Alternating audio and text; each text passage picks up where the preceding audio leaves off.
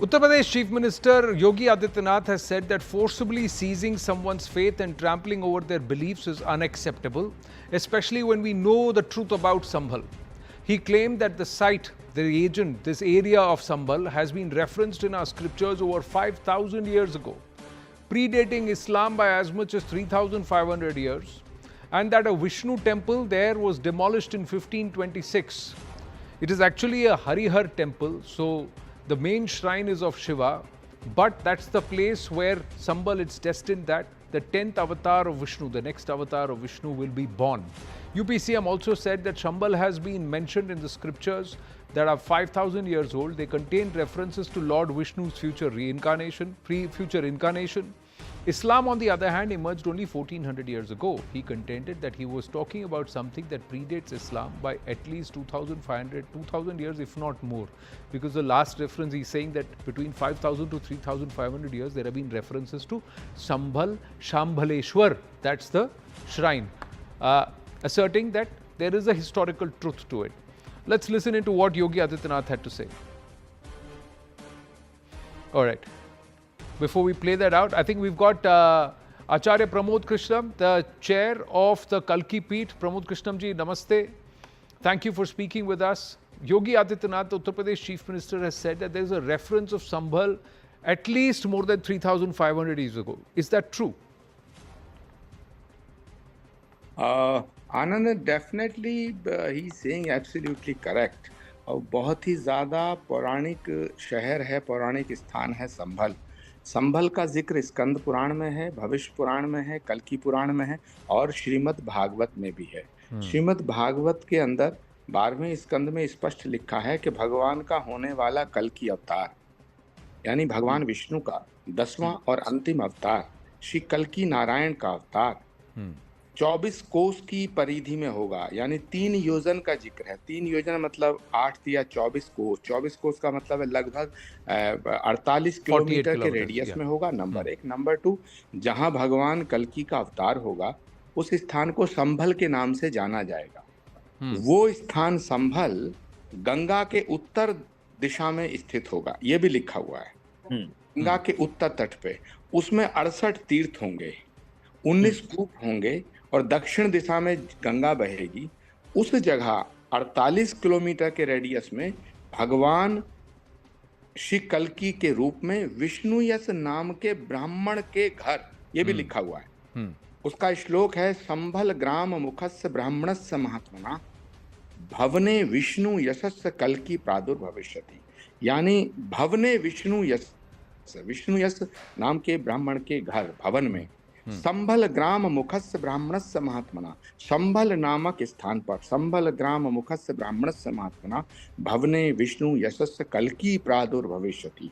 ये बहुत साफ लिखा है और इसी उद्घोषणा को आधार मानते हुए हमने भगवान के अवतरण स्थली पर उनके अवतार से पहले श्री कल्की धाम बनाने का संकल्प लिया था, जिसका शिलान्यास 19 फरवरी 2024 को भारत के यशस्वी प्रधानमंत्री आदरणीय नरेंद्र मोदी जी ने संभल आकर के श्री कल्की धाम का शिलान्यास किया था। और अब भगवान के अवतार से पहले ही ये कल्की धाम का निर्माण चल रहा है। So you say that in multiple Puranas there is a mention of Sambhal and that there will be the future incarnation of Vishnu will be born. So these are all, they date at least more than 2,000 years ago. Now let me also ask you, this mention of 68 Tirth places, of which Yogi Adityanath mentioned 18 are found, 50 are yet to found. And what's the connection of this Harihar temple complex, which is where the current day Jama Masjid is? What's the connection? इसका connection क्या है? ये जो जामा मस्जिद है, ये जो जामा मस्जिद है, यहाँ एक मंदिर था जो भगवान शिव का मंदिर था, जिसे हरिहर मंदिर के नाम से जाना जाता था। इसका जिक्र पुराणों में है। 68 तीर्थ मध्य में शिवलिंग, कूप कदम न्यारे, दिशा दक्षिणी बहती गंगा, हर मंदिर प्यारे। ये चिन्ह हैं उस जगह के, उस स्थान के, उस भूमि के जहाँ भगवान कल्की का अवतार होगा। और ये भी लिखा हुआ है गंगा और राम गंगा के मध्य में होगा।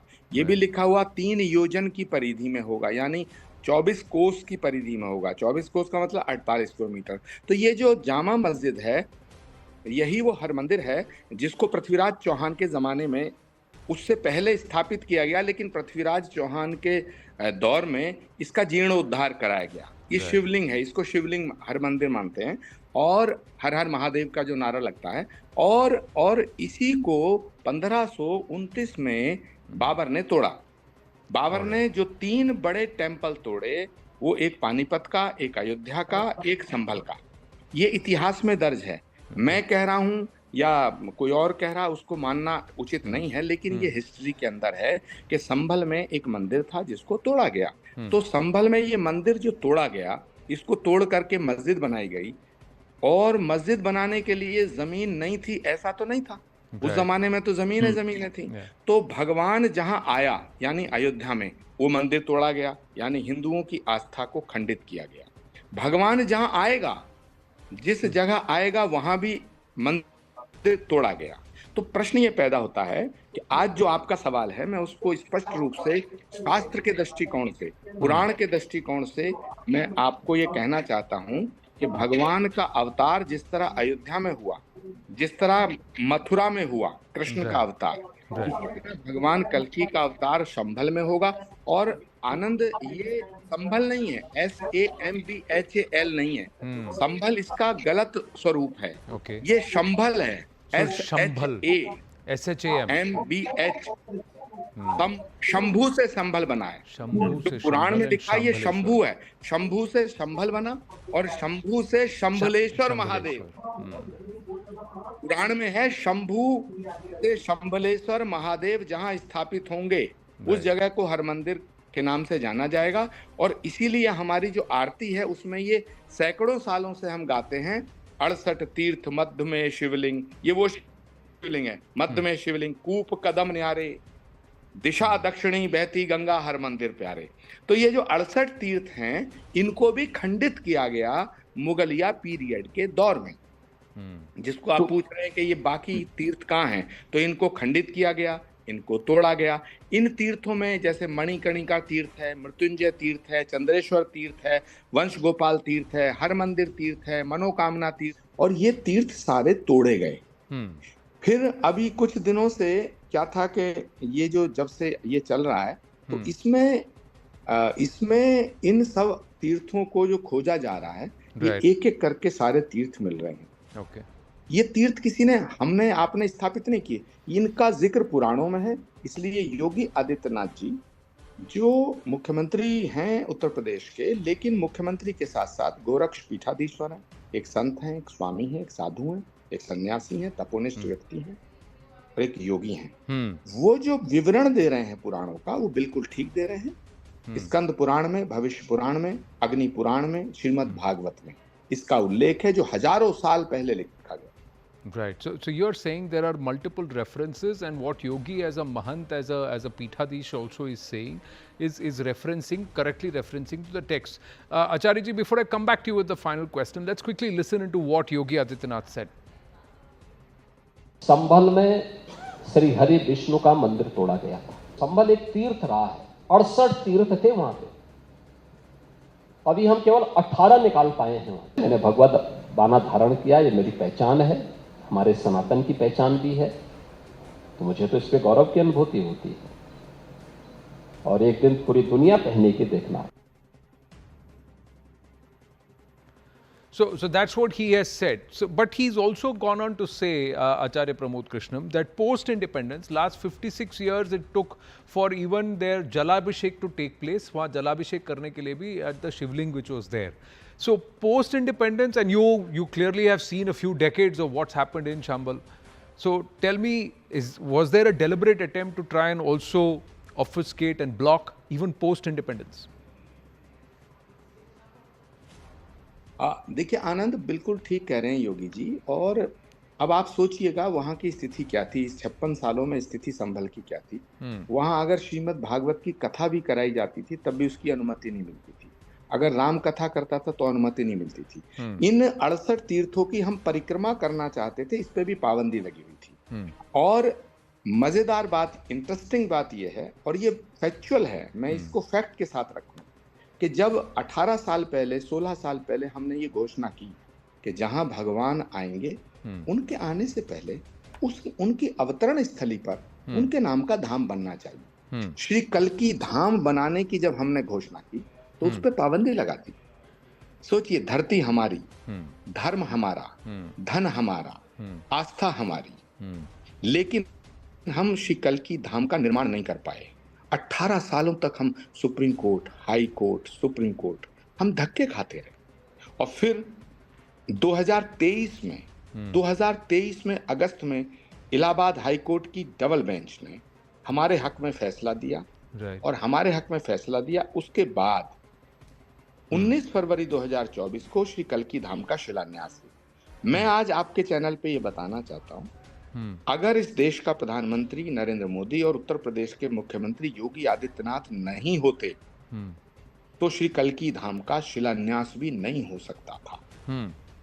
तो संभल की जो स्थिति है वहां ऐसे नहीं है जैसे हरिद्वार है, वृंदावन है, दिल्ली है और दूसरी जगह है कि आप, हमारे यहाँ जागरण करने में भी पाबंदी थी, क्योंकि सत्ता में वो लोग रहते थे, चाहे मायावती जी मुख्यमंत्री रही हूं, चाहे मुलायम सिंह जी मुख्यमंत्री। मैं बड़ी बात कह रहा हूं, मैं बहुत बड़ी बात कह रहा हूं, मेरा स्टेटमेंट ऑन रिकॉर्ड लिया जाए। मुलायम सिंह जी मुख्यमंत्री रहे, मायावती जी मुख्यमंत्री रही, अखिलेश यादव मुख्यमंत्री रहे, लेकिन संभल के जो सांसद थे डॉक्टर शफीकुर रहमान बर्क साहब, जो अब नहीं है, मरहूम डॉक्टर शफीकुर रहमान बर्क, वो जब मायावती जी की सरकार आती थी तो उसमें चले जाते थे, जब मुलायम सिंह जी की तो उसमें थे, और उसके बाद अखिलेश यादव जी की तो उसमें थे। यानी वहां हुकूमत ना मुलायम सिंह जी की चलती थी, ना मायावती जी की चलती थी, ना अखिलेश यादव की चलती थी, वहां हुकूमत डॉक्टर शफीकुर रहमान बर्क साहब की चलती थी। और डॉक्टर शफीकुर रहमान बर्क ने ही श्री कल्की धाम के निर्माण को रोक के रखा। सोचो, 16 से 17 साल। अगर वहां जागरण होता था मां भगवती का, तो उसका जो मंच लगाया जाता था उसको उखाड़ के पुलिस फेंक दिया करती थी। वहां कांवड़ की यात्राएं नहीं होती थी, वहां होली मनाने पे पाबंदी थी। अगर कभी शुक्रवार के दिन होली आती थी तो होली को रोक दिया जाता था, और शुक्रवार की वजह से सवाल इस का है कि ये जुल्म, ये जातियां, ये अत्याचार हिंदू कम्युनिटी ने संभल में सहे हैं, हमने सहे हैं, हमने सहे हैं। जब श्री कल्की पीठ की स्थापना हुई 2 नवंबर 2007 को, तब पूरा छावनी बना दिया गया कल्की पीठ के आसपास। हमें वहां यज्ञ हवन करने के लिए भी कितने पापड़ बेलने पड़ते थे, कितनी जगह से हमें अनुमति लेनी पड़ती थी, और जब तिथि निश्चित हो जाती थी आनंद जी, तो उस तिथि तक अनुमति नहीं मिलती थी, बड़ी मुश्किल में अनुमति मिलती थी। ये आलम था संभल का। आज का संभल, जो संभल आप देख रहे हैं, जहां श्री कल्की धाम का निर्माण चल रहा है, श्री कल्की धाम पर के निर्माण पर जो रोक लगी वो हट चुकी है, श्री कल्की धाम का शिलान्यास हो चुका है। संभल की धरती पे जहां कोई आना पसंद नहीं करता, वहां भारत के प्रधानमंत्री जी आए, उन्होंने अपने हाथ से श्री कल्की धाम का शिलान्यास किया। आज जो तीर्थ हमारे खो गए थे वो तीर्थ मिल रहे हैं, उनका अभिषेक हो रहा है, परिक्रमाएं हो रही हैं। ये सब किस वजह से हो रहा है? क्योंकि मुझे लगता है you're saying, Acharya ji, that this is a modern day, it's not a modern day phenomenon. There is a huge deep history to this, and there is a Puranic connection to Sambal and Shambaleshwar. Thank you for your inputs and thank you for joining us. With that, we're going to wind up this edition of The Right Stand. Thank you for watching.